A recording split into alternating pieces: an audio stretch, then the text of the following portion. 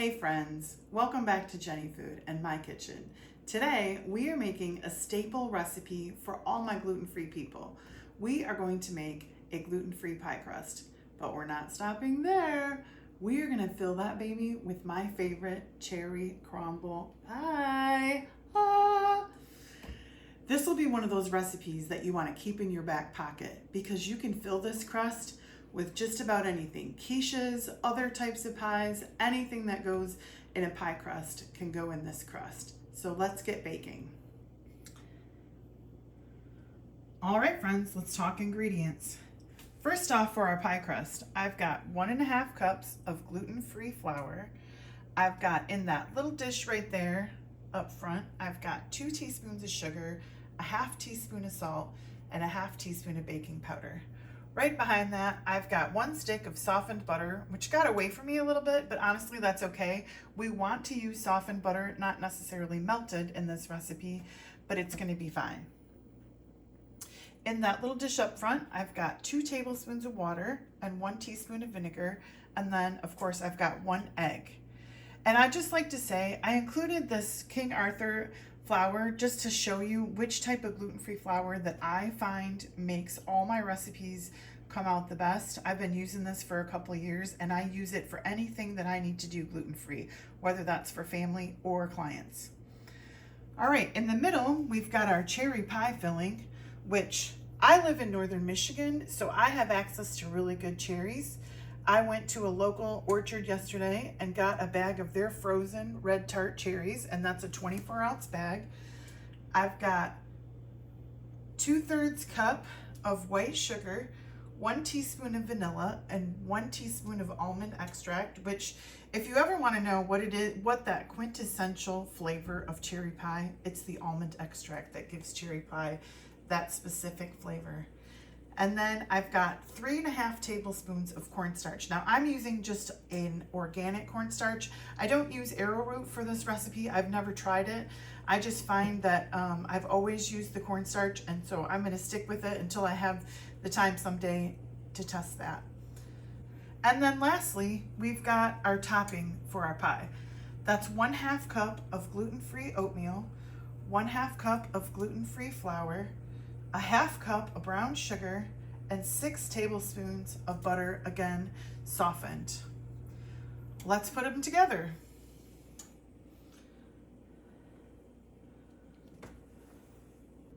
Let's put this crust together. So I've got my 1.5 cups of gluten-free flour right into the bowl. And then I've got my sugar, salt, and baking powder. I've got 1 egg. We're going to put that right in. We've got 2 tablespoons of water and 1 teaspoon of vinegar. And then, like I said, the butter, what I should have done was just let it sit out all night because you really want that perfect room temperature butter for this. It got just a little bit away from me, but I was in a hurry. I should know better, but it'll be fine. And the reason, I'll show you why we're going to use the butter soft, because when we go to put it in the pie crust, it's a little bit unconventional and you want the butter soft. All right, let's get mixing. I've got my clean hands, which are by far the best tools in the kitchen, right? And we're just going to get in there. Now, this recipe is pretty special. This recipe came about, I work as a private chef here in northern Michigan in the Charlevoix area during the summer. I have quite a few clients that are gluten-free. So one day I had a client that wanted a pie. This was a few years ago. And I used to go to a specialty store up in Petoskey, Michigan to buy gluten-free pie crust special. And it just happened to be in the middle of summer. You know, it's a very touristy area. There was a lot of people in the area, and I could not find a gluten-free pie crust to save my life. So as I'm standing there wondering what I'm going to do, I remembered that a great, sweet friend of mine, Miss Glenda, you know who you are, She had put out some videos.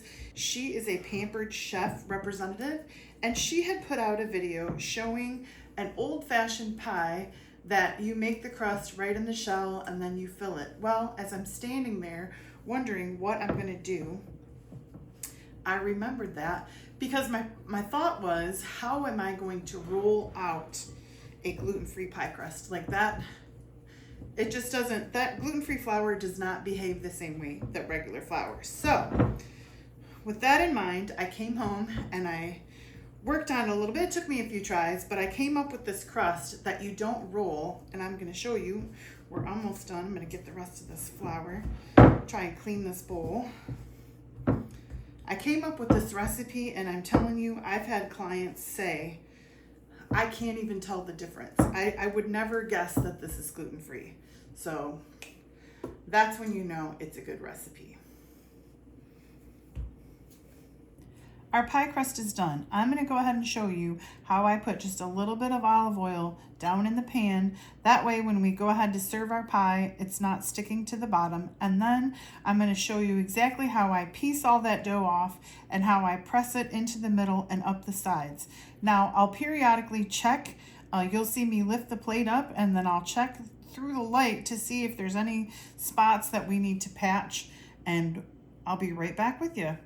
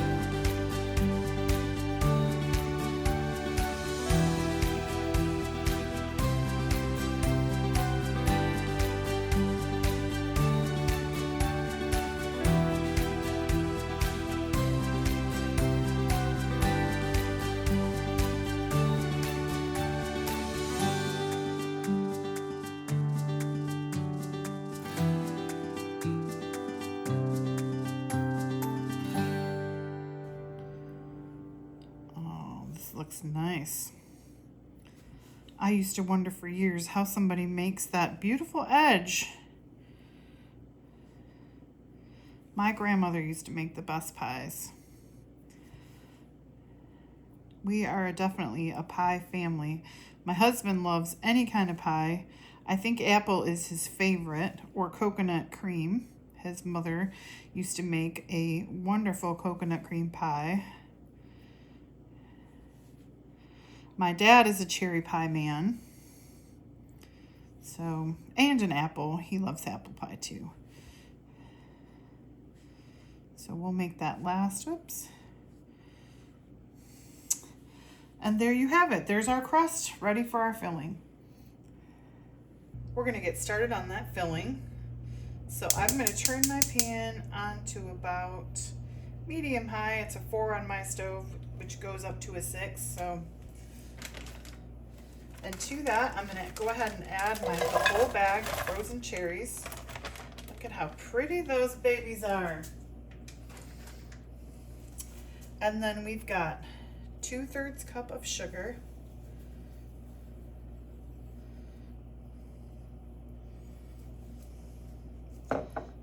3.5 tablespoons of cornstarch,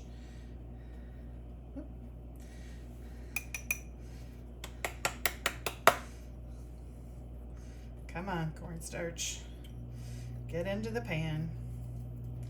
Whoop.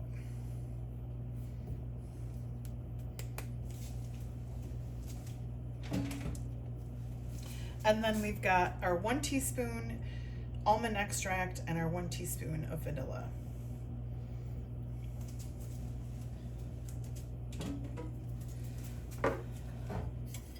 Whoops, we've got cornstarch everywhere here.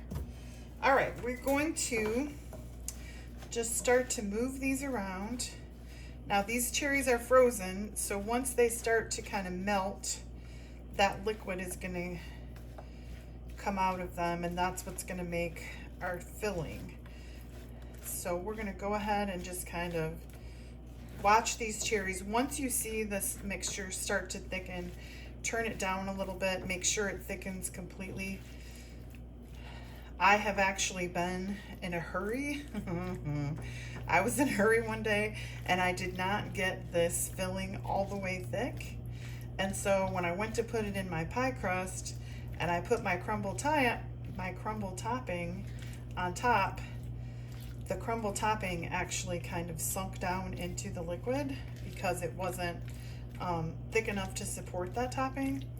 So you live and you learn in the kitchen. You know, I find that it's best not to get frustrated with yourself. It's just best to kind of roll with things and learn from your own mistakes, or like today, you can learn from my mistake. Go ahead and thicken the cherry pie filling all the way. Our cherries are starting to release some of that juice. Ooh. That looks so good, and it smells so good. So we'll just keep kind of stirring and turning it around until we see that start to thicken.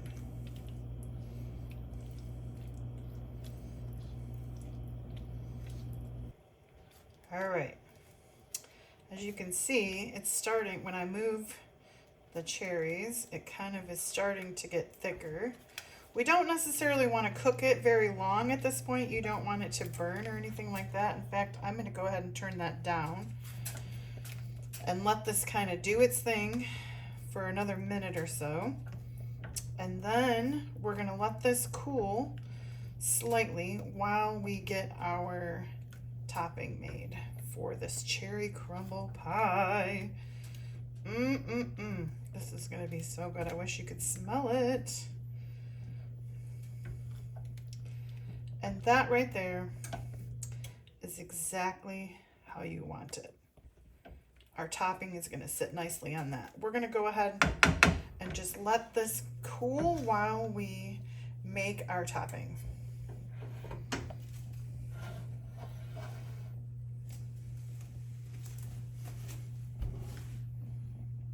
Our cherries are cooling on the stove for just a few minutes while we get that topping ready. And like I said before, you could use a regular crust and you could use actual regular flour for this part of the recipe, but I've got a 1/2 cup of gluten-free flour, and I'm just going to use that same bowl we made the crust in. I've got a 1/2 cup of gluten-free oatmeal, and those are old-fashioned oats. And then a 1/2 cup of brown sugar and 6 tablespoons of room temperature butter. Well, this is slightly colder than room temperature, but we're going to go ahead. We're going to use those tools again, and we're going to go ahead and just kind of make this into a crumble. And just kind of, you have like a squeezing motion, and this will just all come together. We're going to pour our cherries in, and then we're going to crumble this right on top of our pie. And this works, like I said, this part works for a regular pie if you want to start with a regular pie crust and then do your cherry filling the way that I did and top it with a regular crumble, that works perfectly fine. I have made it that way. I mean, I've made my own regular pie crust and then topped it with the cherries and a regular crumble. So, but I'm excited. We're getting cherry pie tonight. I love cherry pie. Now this is great with vanilla ice cream. I love slightly warm. Oh, come on. Jenny in the future is gonna love me. You should make this. It's really good. Okay, we're almost together. You just kind of keep pressing and squeezing, and it'll just take up all of that flour and sugar and oats, and it'll come together.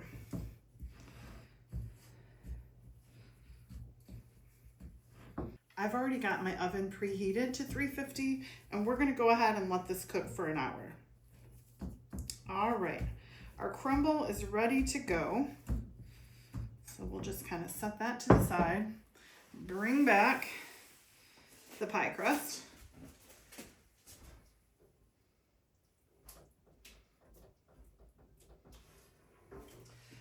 And these cherries are still pretty warm, but that's okay. We're gonna get this right into the oven.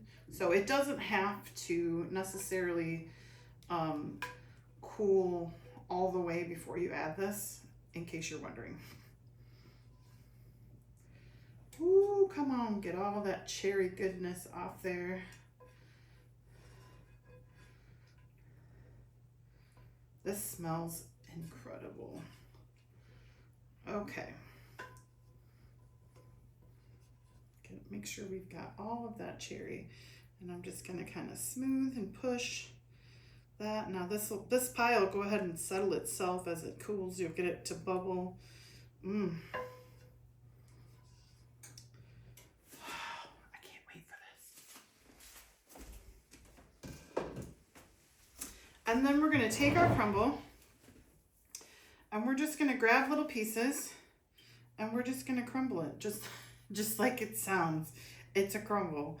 So we'll just crumble this with our fingers right on top of this pie. You know, I think baking is just a labor of love, because everybody loves it when you bake, right? Husbands love it, kids love it, friends love it.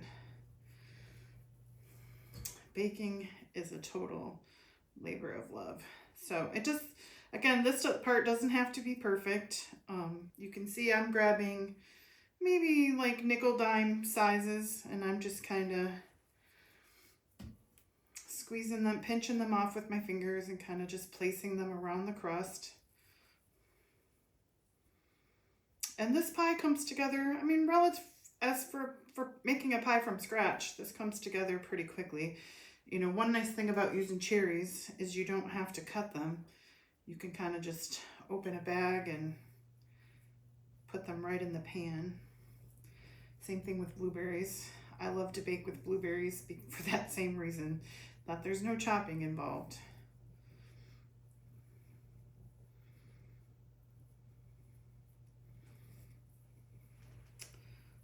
All right, we're gonna go all the way around this pan.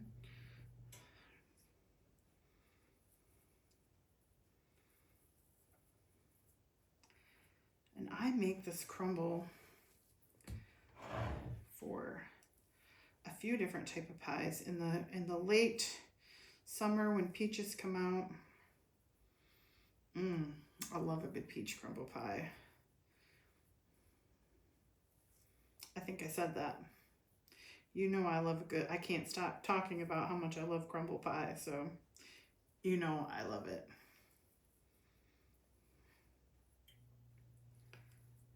I grew up eating, my father and my grandfather actually prefer pies for their birthdays over cakes. My dad really loves cherry pie. He also loves a good apple pie. And my grandfather was a big cherry pie lover. I think cherries, I mean, we live in Michigan and cherries are, you know, the west side of the state, which we're in Northwest Michigan. And I mean, I could drive 10 miles and just for miles and miles and miles see cherry trees. So we get the freshest, most wonderful cherries in this area to cook with. All right, that looks perfect. Now that's gonna kind of, you know, all come together and cook and get nice and crumbly and just be wonderful. So I'm gonna get this in the oven and we'll be back in a couple hours. That pie is out of the oven and it's all cooled. So we're gonna go ahead and we're gonna cut it and give it a taste. I can't wait. All right, friends. She is cooled and ready. All right. Let me just go ahead and give that a cut. Now look how pretty these ridges are. Look at how pretty that ended up. And that crust, that crumble, crunch top. Yes. All right. Let's give her. Ooh. Did you hear that? Did you hear that crunch? Ooh. I'm just going to cut myself a small piece. And I'm kind of wishing I would have had my husband grab some vanilla ice cream when he went to the store today. All right. Oh, look at that. Yum. Oh my goodness. It's still a little warm on the bottom. As you can see, because we put a little bit of oil down, that cut really nice. All right, moment of truth. Let me get a fork.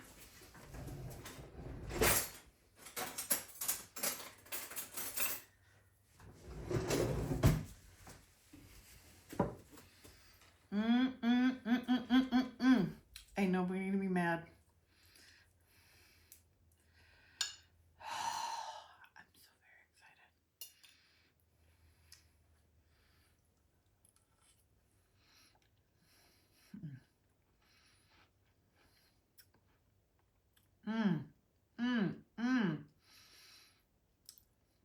It's slightly warm. Some vanilla ice cream would go really, really well with this, but I tell you what, that top has such great texture. And do you hear this? See this? Look at that crust. Look how great that looks. No one is ever even gonna know it's gluten-free unless they need it to be, right? That's my favorite part.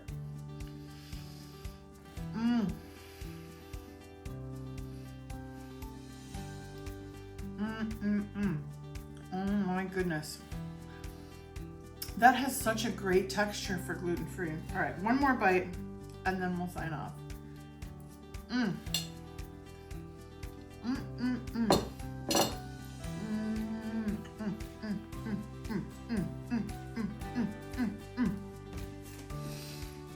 That is so good. You know it's good when you close your eyes. To focus on that flavor. Anyways, you should try to make this. If you have any gluten-free family or friends, you really should try to make this for them. I mean, what a wow. For somebody that maybe can't usually normally partake of pie, oh, it's so good. So like this video, share it with somebody that needs to know how to make this. You know what I'm saying? Leave me a comment if you've tried it. If you're gonna try it, I'd love to know what you're gonna put in it. I mean, obviously we talked earlier, you could put quiche in that, you could put chicken pot pie with some sort of topping on it. You could put pecan pie, apple pie, blueberry pie, peach pie. I mean, heck, you could bake off that pie shell and then put like banana cream pie in that. I mean, I think whatever kind of pie you need, you could put it in that pie shell. So you need this recipe. That's what I'm saying, right? All right. Like, share, subscribe, and we'll see you next time.